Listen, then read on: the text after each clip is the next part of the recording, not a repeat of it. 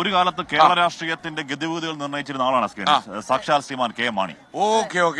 K Mani Kerala Congress super dialogue ആയിരുന്നു, അസാധ്യമായിട്ടുള്ള ഒരു രാഷ്ട്രീയ കടന്നുപോയി. പക്ഷേ ഇന്നിപ്പോ 6ാമത്തെ ചരമവാർഷികമാണ്. 6ാം ചരമവാർഷികം ആകുമ്പോഴേക്കും കെ മാണി പോയ കേരള കോൺഗ്രസ് പോലെ അല്ല, ചേരി മാറി അങ്ങനെ കുറെ ഡെവലപ്മെന്റ് ഉള്ള ഒരു രാഷ്ട്രീയ കാലാവസ്ഥയാണെങ്കിൽ ഒരുപാട് പേരായി. പക്ഷെ കെ മാണി പ്രസക്തനാണ്. കെ മാണി ഓർമ്മകൾ, അദ്ദേഹത്തെ പറ്റി ഒന്ന് ഓർക്കാൻ.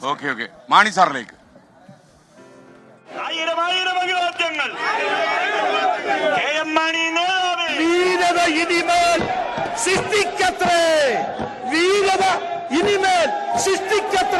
പ്രായോഗിക രാഷ്ട്രീയത്തിന്റെ മുഖമായിരുന്നു K M Mani.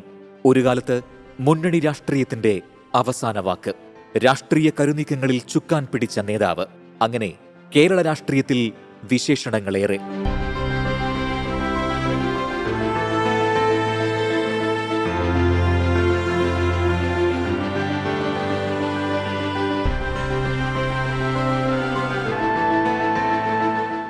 പാലായെ ചുറ്റിപ്പറ്റിയായിരുന്നു K M Mani എന്ന രാഷ്ട്രീയ നേതാവിന്റെ ജീവിതം. പാലാക്കാരുടെ മാണിയെന്നും മാണിസാറിന്റെ പാല എന്നും ആ ബന്ധം ലോകമറിഞ്ഞു.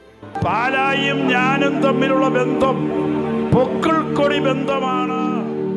പാലായാണ്, നിങ്ങളാണ് എന്നെ കൈപിടിച്ചു നടത്തിയത്,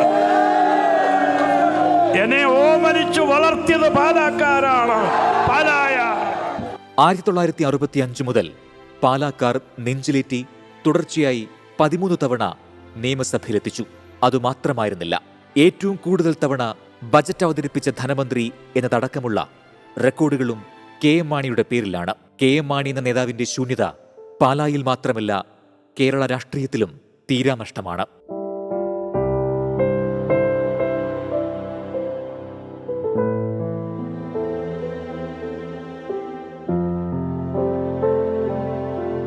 കേരള കോൺഗ്രസ് പിറവിയെടുക്കുമ്പോൾ ആ പാതയിലായിരുന്നില്ല K M Mani.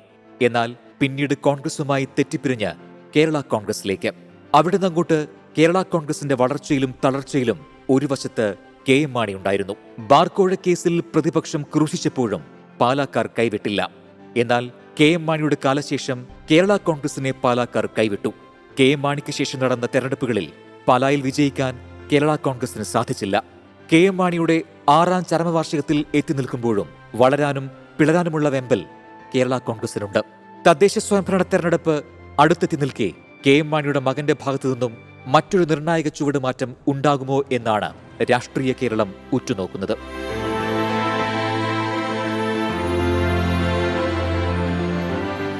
Toby Johnson, 24, Kottayam.